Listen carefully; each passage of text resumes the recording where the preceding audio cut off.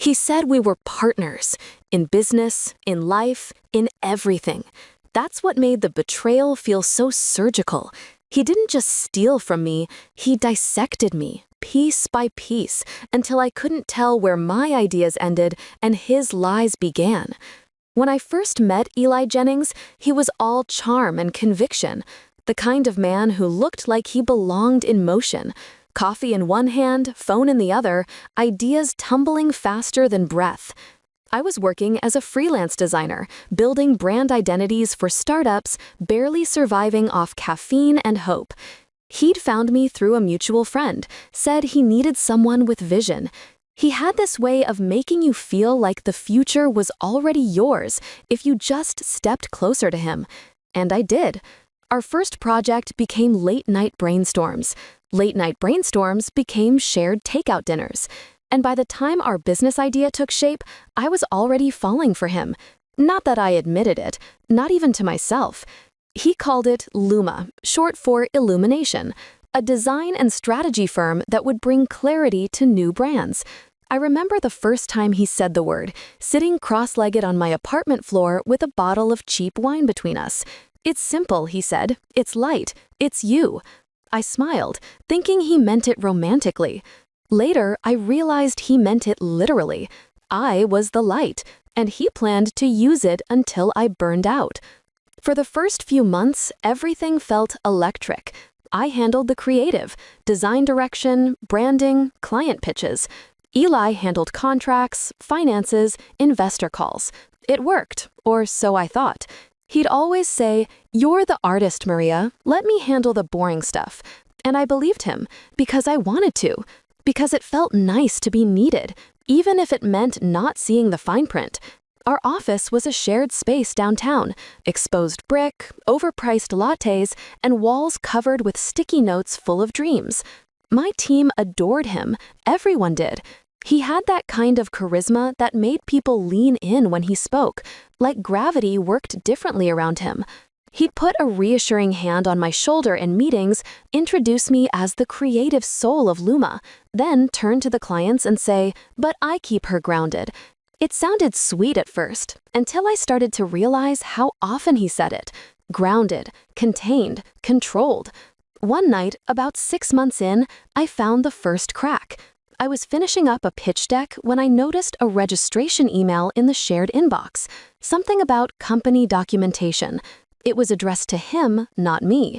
The sender wrote, "Congratulations on the successful registration of Luma Design Group, LLC." I froze.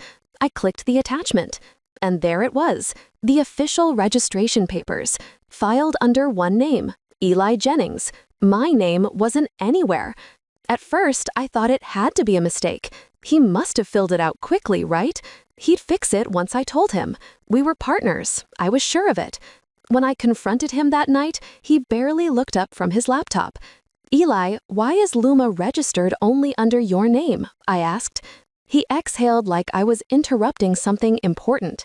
"It's just paperwork, Maria. We'll update it later." "Then why didn't you tell me?" "Because you overthink everything." His tone was light, almost amused. "I didn't want you spiraling about legal nonsense before our next pitch." Spiraling. That word stuck to me like glue. He said it again later, then again after that. Every time I questioned him about budgets, contracts, clients he talked to without me, he'd sigh, rub my arm gently, and say, "You're being paranoid, babe." Paranoid, emotional, overreacting. The words became the rhythm of our days, a slow erasure of confidence disguised as affection. I started keeping a notebook, not to track clients, but to track moments. Little red flags I didn't want to forget. The late-night calls he took on the balcony, the locked drawer in his desk, the new designer he hired without telling me. Her name was Sienna, fresh out of grad school, wide-eyed, and full of admiration for Eli. He loved that. The way she laughed at his jokes, the way she said, "You're such a visionary." I told myself it didn't matter, that I was imagining the way he looked at her. But imagination doesn't explain receipts. One afternoon, while Eli was out meeting investors, I stayed late at the office. The lock on his drawer wasn't as secure as he thought. Inside were printed invoices, payments made to contractors I didn't know, money withdrawn from our shared business account. At the bottom of the stack, I found something worse, an investment agreement. He'd signed with a venture group under his name only and taken a $250,000 seed investment for his company, our company. That night, I didn't sleep. I sat on the floor of my apartment surrounded by papers, coffee gone cold, my mind replaying every conversation where he'd called me emotional, dramatic, impossible. I'd been building his empire brick by brick, blindfolded. The next morning, I walked into the office early. The air felt heavier than usual, the smell of burnt espresso thick in the air. Sienna was there, typing quietly. She smiled when she saw me, like she didn't know she was part of the crime scene. "Eli said you were taking the morning off," she said. I smiled back. Guess he was wrong. When Eli arrived, he looked surprised to see me, then annoyed. "Maria, we have a client coming in 10. Maybe take a breather first?" I handed him the printed registration papers. "Care to explain?" He glanced at them and shrugged. "We've been over this. Don't make a scene." Make a scene? I laughed, but it didn't sound like me. You registered our company under your name, took investor money behind my back, and you want me to worry about making a scene? He stepped closer, lowering his voice. "You're being emotional again. It's not attractive." That was the moment something inside me cracked, but not the way he expected. It wasn't rage or heartbreak. It was clarity. If he could build something off my ideas, I could take them back. I didn't confront him again after that. I became quiet, methodical, invisible. The version of me he thought he wanted. But underneath, I was planning. The first thing I did was contact Raj Patel, our lead developer, the one person who'd stayed loyal to me since day one. I told him everything. He didn't hesitate. "He's been using your codebase for side projects, Maria," he said. "I've seen it. You're not crazy." The validation hit harder than I expected. You're not crazy. We met in secret for weeks. I started building Luma Nova, my version of the company. The same clients, same team, but under my name. Legally registered, fully documented, airtight. Raj handled the back end, I rebuilt the brand. I worked late into the nights, always leaving before Eli came home. He'd smile when I walked through the door, say, "You're quiet lately. I like this calm version of you." Calm, I thought. You have no idea. When the time came, I knew I needed a single, devastating move. Not just to expose him, but to replace him. I didn't want an argument or apology. I wanted precision. So I chose launch day. Eli had been preparing a big reveal for investors, a presentation of Luma's new projects. He'd invited clients, partners, even a few journalists. He'd practiced his speech for days, pacing our living room, smiling like a man rehearsing victory. I just listened, memorized every line. The night before the launch, I stayed late at the office. I told him I was finalizing the deck. Instead, I swapped it. The presentation file labeled Luma Pitch now contained my slides, the full story of his deceit backed by screenshots, contracts, and bank transfers. At the end of it, the final slide showed a logo, Luma Nova, founded by Maria Lang. The next morning, the air outside the conference hall buzzed with anticipation. Eli wore his favorite navy suit, the one that made him look presidential. He kissed my cheek before walking on stage. "Wish me luck," he said. "You won't need it," I replied. He started his speech, confident as ever. "When I founded Luma," he said, "my goal was simple, to bring light to brands that deserve to be seen."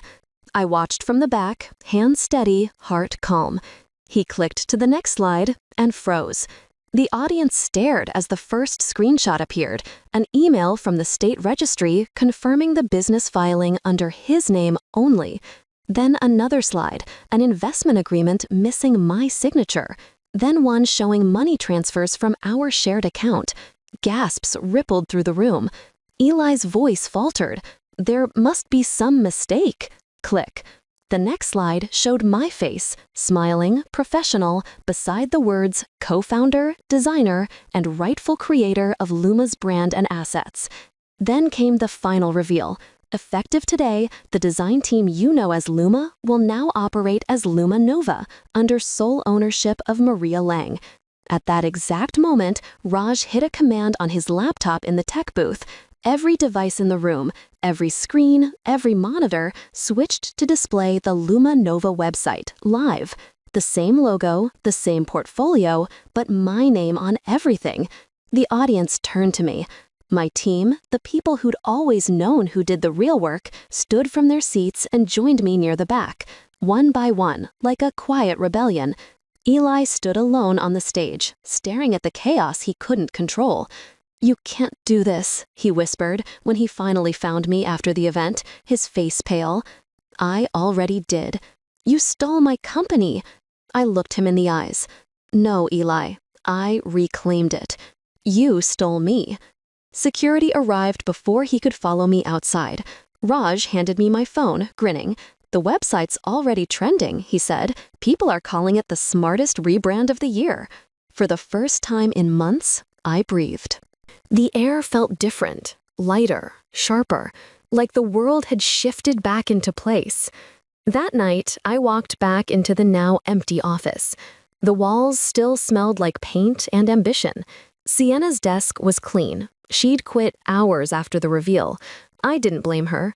I sat at my old desk, tracing my finger over the wood grain. My reflection in the dark window looked different. Not hardened, just clear. Eli had tried to convince me that my emotions made me weak, but it was those same emotions, anger, hurt, love, that had driven every pixel, every plan, every step toward freedom. Revenge wasn't the point. Restoration was. A week later, investors started calling. Not him, me. They wanted to back the woman who'd outsmarted the man who underestimated her. Clients followed, the same ones he'd charmed with empty promises. They told me they trusted me because I had proof of everything. The irony wasn't lost on me. He'd tried to erase me from the company to make it easier to own. Instead, he made me unforgettable. Now, when I walk into our new office, our real office, the walls glow with the warmth of early morning light. My team jokes, Raj keeps extra coffee on my desk, and my name is on the door. Sometimes, late at night, I think about that first conversation with Eli, how he said Luma meant light, how he told me I was the illumination. He was right. I was the light. I just finally learned how to stop letting someone else control the switch. Because in the end, it wasn't about taking back what he stole. It was about remembering who I was before he convinced me I was small. And as I lock the office door each night, I whisper the same quiet truth to myself. I didn't burn out. I just burned brighter without him. You've just stepped into her revenge side, where every wound finds its justice, and every silence ends with truth. If her story struck a chord, make sure to like, share, and subscribe. Your support keeps these stories alive. Another secret waits in the next video. See how her revenge begins.